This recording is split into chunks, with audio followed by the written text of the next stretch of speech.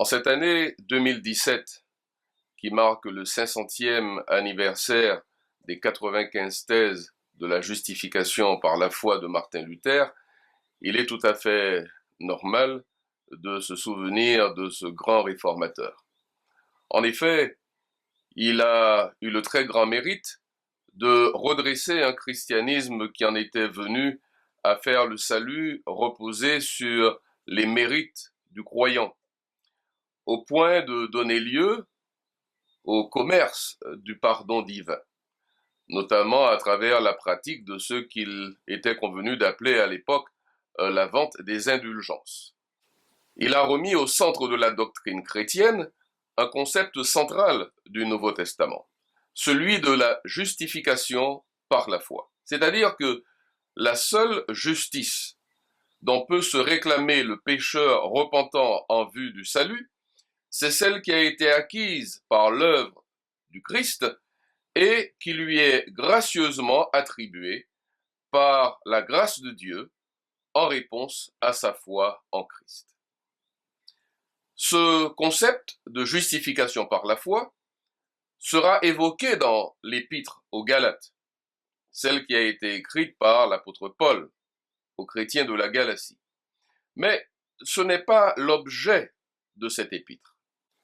Et c'est précisément là que l'analyse faite par Martin Luther de cet épître trouve ses limites, qu'elle occulte un autre concept encore plus révolutionnaire que celui de la justification par la foi. À la vérité, donc, cet épître de Paul aux Galates n'a pas pour principal objet le concept de justification par la foi, mais l'ouverture principielle et radicale de la foi à la diversité humaine, ce qui n'est pas tout à fait la même chose.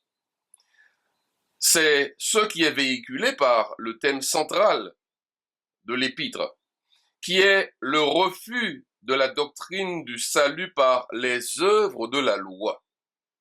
Et la clé de l'interprétation de l'épître aux Galates, c'est la compréhension de ce que Paul appelle les œuvres de la loi. Comment donc faut-il comprendre ce fameux concept des œuvres de la loi? Il y a deux voies d'accès pour y parvenir.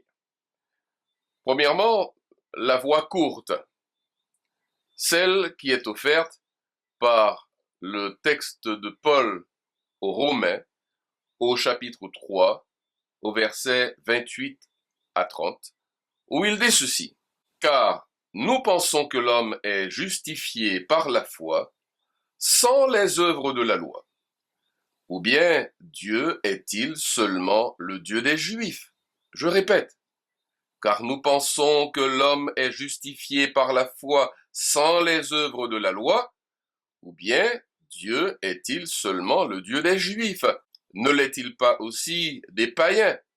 Oui, il l'est aussi des païens, puisqu'il y a un seul Dieu qui justifiera par la foi les circoncis, c'est-à-dire les Juifs, et par la foi les incirconcis, c'est-à-dire les non-juifs.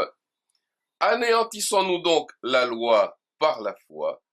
Loin de là, au contraire, nous confirmons la loi. Trois constats s'imposent à la lecture de ce texte de Paul. Premièrement, les œuvres de la loi sont écartées comme facteurs donnant accès au statut de juste.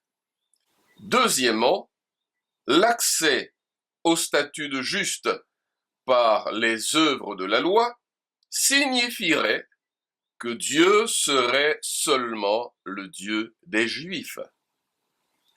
Et troisièmement, écarter les œuvres de la loi au profit de la foi en Christ ne signifie pas l'anéantissement de la loi, entendez par là la loi juive. La deuxième voie qui s'offre à nous pour définir les œuvres de la loi, c'est la voie plus longue du traitement de ce concept des œuvres de la loi dans l'épître aux Galates. Dans cet épître aux Galates au chapitre 2 au verset 11 à 16, Paul dit ceci. Mais lorsque Céphas, c'est le nom araméen de l'apôtre Pierre, lorsque Céphas vint à Antioche, je lui résistai en face parce qu'il était répréhensible. En effet, avant l'arrivée de quelques personnes envoyées par Jacques, il s'agit de l'apôtre Jacques qui était le chef institutionnel de la communauté chrétienne, donc avant l'arrivée de quelques personnes envoyées par Jacques, l'apôtre Pierre, mangeait avec les païens, c'est-à-dire les chrétiens d'origine païenne. Et quand elles furent venues, il s'esquiva et se tint à l'écart par crainte des circoncis. Avec lui, les autres Juifs usèrent aussi de dissimulation, en sorte que Barnabas même fut entraîné par leur hypocrisie. Voyant qu'il ne marchait pas droit selon la vérité de l'Évangile, je dis à Céphas en présence de tous, « Si toi qui es juif, tu vis à la manière des païens et non à la manière des juifs, pourquoi forces-tu les païens à judaïser? Nous sommes juifs de naissance et non pécheurs d'entre les païens. Néanmoins, sachant que ce n'est pas par les œuvres de la loi que l'homme est justifié, mais par la foi en Jésus-Christ, nous aussi nous avons cru en Jésus-Christ, afin d'être justifiés par la foi en Christ et non par les œuvres de la loi, parce que nulle chair ne sera justifiée par les œuvres de la loi. Ce que ce texte montre de manière explicite, c'est que au cœur du concept des œuvres de la loi, il y a la question de manger ou pas avec les païens. Et puis, il y a un autre texte qui vient plus en amont, qui est celui de Galates chapitre 2, versets 1 à 5. Ce dont il est question, c'est l'obligation ou pas d'être circoncis. Cette pratique aussi se trouvera au cœur de la notion des œuvres de la loi. Et puis, il y a un troisième passage, celui de Galates chapitre 3, versets 1 à 14, que je ne prendrai pas la peine de lire ici, mais qui a la particularité de procéder à un jeu de rapprochement et d'opposition, ce qui ressort très clairement de la structure de ce passage. Et j'invite ceux-là qui sont intéressés à analyser de plus près ce texte qui est absolument crucial pour la compréhension de l'épître aux Galates, à lire l'ouvrage que j'ai écrit sur le sujet Identité, culture et religion. Dans ce passage donc, Paul rapproche deux fois certains concepts. Premièrement, il rapproche les concepts des œuvres de la loi, de la chair et de la malédiction.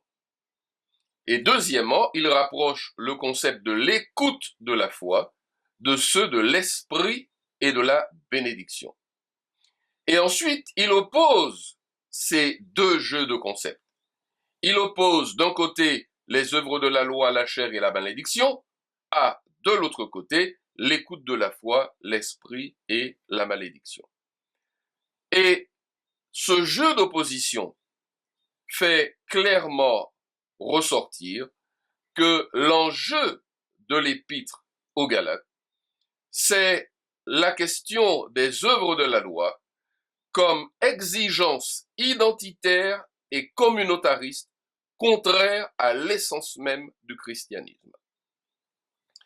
Pourquoi est-il donc si important de donner à l'expression des œuvres de la loi son sens paulinien de pratique identitaire du judaïsme et de ne pas la confondre avec la notion plus générale de tentative d'obtenir le salut par des actions méritoires? Eh bien, le judaïsme se définit lui-même dans ses propres écrits, ce que les chrétiens appellent l'Ancien Testament, comme une communauté suscitée par Dieu, instruite par Dieu, guidée par Dieu et façonnée par Dieu. L'appel d'Abraham, l'histoire des patriarches, la mission de Moïse, le don des 10 commandements et de tout le corpus légiférant sur la vie juive, l'œuvre des juges et des prophètes, tout cela avait contribué à forger une communauté se considérant comme le peuple de Dieu, avec des croyances et des pratiques de vie supposées incarner ce qui est attendu de toute personne voulant nouer un lien avec Dieu et se réclamer du statut d'enfant de Dieu. Or, l'appartenance à cette communauté s'exprimait de manière générale par l'adhésion à l'écriture juive comme révélation exclusive du Dieu unique, ce que les Juifs appellent donc la loi de manière générale, et puis de manière plus particulière par 3 pratiques identitaires spécifiques. J'ai nommé la circoncision, ensuite le maintien de la pureté rituelle par l'interdiction de manger avec des non-juifs, et puis troisièmement la commémoration de tous les sabbats, qu'il s'agisse de sabbats hebdomadaires ou de sabbats annuels. S'il était donc une communauté qui semblait bien en droit de revendiquer le statut de peuple de Dieu, c'était bien la communauté juive. Il semblait donc parfaitement normal et légitime aux membres de la communauté juive de se considérer comme un passage obligé pour quiconque souhaitait se réclamer du statut d'enfant de Dieu et d'exiger l'acceptation des marques spécifiques d'appartenance à leur communauté. Par ailleurs, la première communauté chrétienne semblait doublement habilitée à revendiquer le statut de peuple de Dieu et à exiger de tous l'acceptation des marques identitaires du judaïsme. D'une part parce que la communauté chrétienne provenait du judaïsme. Elle était essentiellement composée de juifs. Et puis, d'autre part, elle avait identifié en la personne de Jésus de Nazareth, un juif, le Messie attendu par les Juifs. Cette communauté chrétienne se percevait donc comme la branche la plus légitime du judaïsme et par conséquent le seul véritable peuple de Dieu. Voilà pourquoi, pour ces premiers chrétiens d'origine juive, la circoncision, l'interdiction de manger avec des non-juifs et la commémoration de tous les sabbats, et c'était de cela qu'il s'agissait quand Paul parlait des œuvres de la loi, eh bien, ces pratiques étaient tout aussi importantes que l'acceptation de Jésus comme Messie. Le problème traité dans l'Épître aux Galates n'était donc pas celui de mériter un salut futur par une obéissance irréprochable à la volonté de Dieu. Ce n'était pas la question du légalisme en tant que tel, mais plutôt d'accéder immédiatement au statut d'enfant de Dieu par l'adhésion à l'identité juive. Or, c'est ce à quoi Paul s'oppose de manière radicale dans l'Épître aux Galates. Ce qu'il combat, je le répète, ce n'est pas le légalisme ou le salut par des actes méritoires, c'est la revendication communautariste d'un monopole sur la relation avec Dieu. C'est la prétention ethnocentrique juive d'être le lieu exclusif d'une authentique relation entre l'homme et Dieu. Pour Paul, Jésus-Christ est la fin de tout monopole communautaire particulier sur la relation avec Dieu. Quelle que soit la chapelle qui pourrait se réclamer d'un tel privilège. Pour Paul, seule l'adhésion au Christ comme porteur exemplaire du principe universel de l'amour du prochain est condition sine qua non exclusive pour l'accès au statut d'enfant de Dieu.